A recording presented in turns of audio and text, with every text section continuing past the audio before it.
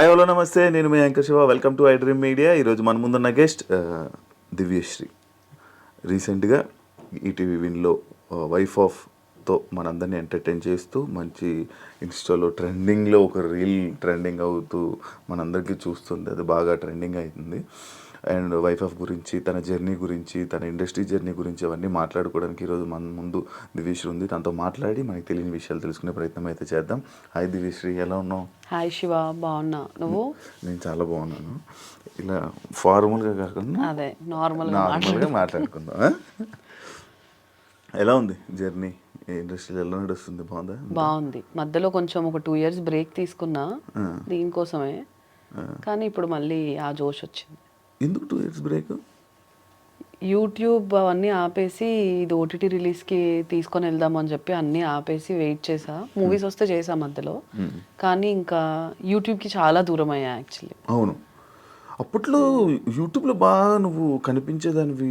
షార్ట్స్లోని, YouTube షార్ట్స్లోని, ఇన్స్టాగ్రామ్లోని మొత్తం. అంటే జనాలందరికీ యూట్యూబ్ అంటే ఏంటో, సిరీస్లు అంటే ఏంటో తెలుస్తున్న టైంలో దివ్యశ్రీ బాగా అందరికీ ఆడియన్స్లోకి వెళ్ళింది. సడన్గా మళ్ళీ ఆగిపోయింది. ఎందుకు? అది ఎందుకు జరిగింది అలాగా? అదే యూట్యూబ్ నుంచి అంత చేసిన తర్వాత ఈ మూవీ అనుకున్నప్పుడు కూడా యాక్చువల్లీ వైఫ్ ఆఫ్ యూట్యూబ్ కనే అనుకున్నాం, ఒక వెబ్ సిరీస్ లాగా. బట్ క్వాలిటీ అదంతా బాగా వచ్చేసరికి ఓకే ఇది ఓటీటీకి తీసుకొని వెళ్దాం అనుకున్నాం. అండ్ దెన్ అప్పుడు అందరూ ఏం చెప్పారంటే, ఈ మూవీ చూసిన వాళ్ళు, యూట్యూబ్ ఆపేస్తే ఓటీటీకి ఫాస్ట్గా సేల్ అవుద్ది, యూట్యూబ్ ఫేస్ని అంత ఈజీగా యాక్సెప్ట్ చేయరు అన్నట్టు ఏదో చెప్పారు.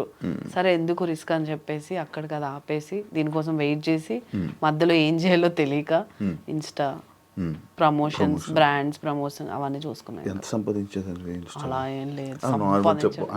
ఇప్పుడు 2 సంవత్సరాలు నువ్వు ఓన్లీ ఇన్స్టా మీద, బ్రాండ్స్ మీద ప్రమోషన్ నడిపించినావు అంటే ఎంత సంపాదిస్తున్నావు? నాకు నా ఇల్లు అండ్ కార్యం అవి 2 వెళ్ళే అంత, ఐ మీన్ ఎవ్రీ మంత్ ఒక అమౌంట్ కావాలి.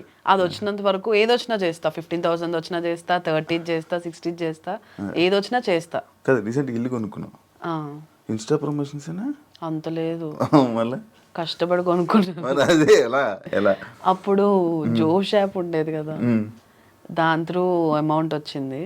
మంత్లీ ఇంత అని, ఒక మంత్లీ 1 lakh ఇచ్చేవాళ్ళు. అది అలా సేవ్ చేసి 1.5 year చేసా. అది మొత్తం తీసుకెళ్ళి డౌన్ పేమెంట్ కట్టేసా.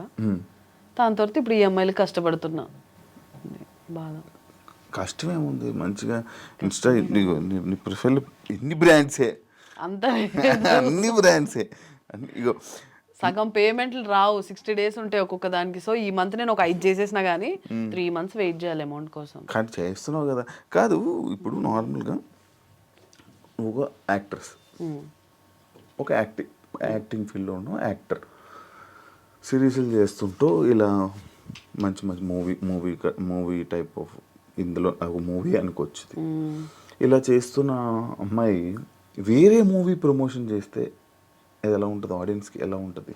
ఎప్పుడైనా ఆలోచించావా? సో ఆలోచించాను. చేస్తున్నప్పుడు నేను కూడా అనుకునేదాన్ని, కరెక్టేనా మనం చేస్తుంది అని. కానీ సరేలే, నేను చేస్తుంది పెద్ద తప్పేం కాదు.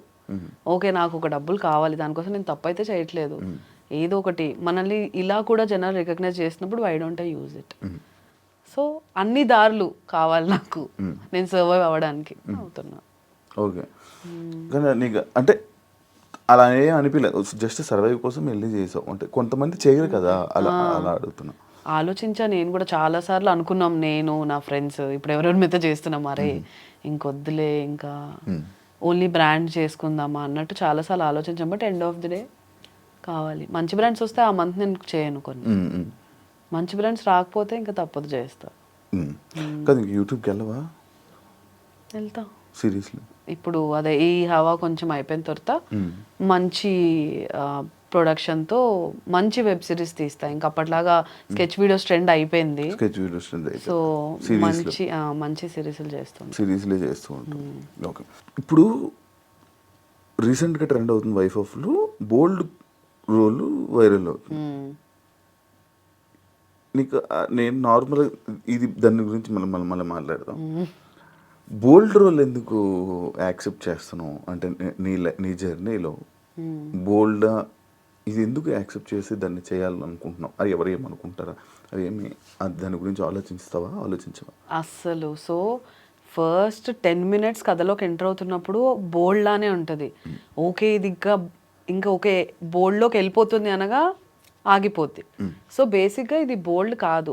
మూవీ ఎండింగ్ వరకు చూస్తే అవని అనే క్యారెక్టర్ పైన ఒక జాలి వస్తుంది ఎవరికైనా చూడగానే. సో నేను కూడా స్టార్టింగ్ ఇది మా మమ్మీ డాడీకి ఒప్పించడానికి కొంచెం కష్టపడ్డాను. బట్ వాళ్ళు కూడా ఇప్పుడు మూవీ చూసాక ఫస్ట్ 10 మినిట్స్ చూసి వాళ్ళు టెన్షన్ పడ్డారు. అండ్ ఎండింగ్ చూసాక ఫోన్ చేసి 1 అవర్ కాల్ మాట్లాడారు నాతో. చాలా హ్యాపీగా ఉంది, మంచి రోల్ చూస్ చేసుకున్నావు. బేసిక్గా ఇందులో చాలా షేడ్స్ ఉన్నాయి, యాక్టింగ్కి చాలా ఎక్కువ స్కోప్ ఉంది. నాకు ఇంకా బీభత్సమైన సినిమా పడిపోయి ఒక పెద్ద క్యారెక్టర్ అందులో పడినా కానీ ఇన్ని వేరియేషన్స్ మళ్ళీ నేను లైఫ్లో చేయలేను. సో అందుకు యాక్సెప్ట్ చేశాను. చూపించుకోవడానికి ఒకటి ఉంటుంది కదా లైఫ్లో, నువ్వు ఏం చేయగలవు అంటే okay I can do this type of character. అన్నీ ఒకే దాంట్లో ఉంటాయి, అందులో ఎమోషన్, యాంగర్, లవ్ అన్నీ ఉంటాయి. ఎలా వచ్చింది ఆఫర్ నీకు? సో ఈ డైరెక్టర్ భాను ఎరుబండి అని 6 years నుంచి మాతో ట్రావెల్ అవుతున్నాడు. టమాడాలో నాకు పరిచయం అయ్యాడు. ఇస్మార్ట్ శంకర్కి అండ్ రొమాంటిక్ మూవీకి అసోసియేట్ డైరెక్టర్ ఆయన. ఐ మీన్ పూరి గారి దగ్గర అసోసియేట్గా చేశారు. సో చిన్నోడే, ఎప్పుడు చూడు ఏవో ఒక కథలు నరేట్ చేస్తూ ఉండేవాడు అనమాట. సో ఇప్పుడు వాడు ఒక మూవీ స్టోరీ రాసుకున్నాడు, అది బయటకు వెళ్ళాలంటే వాడికి ఒక డెమో మూవీ కావాలి, నాకు చూపించుకోవడానికి ఒకటి కావాలి. సో ఇద్దరం కలిసి అలా టమాటాలో చెప్తే వాళ్ళు నేను ఎప్పటి నుంచో తెలుసు కాబట్టి ప్రొడ్యూస్ చేస్తా అని చెప్పారు. ప్రొడ్యూస్ చేశారు. ఇది యాక్చువల్లీ చేసి 2 years అయింది.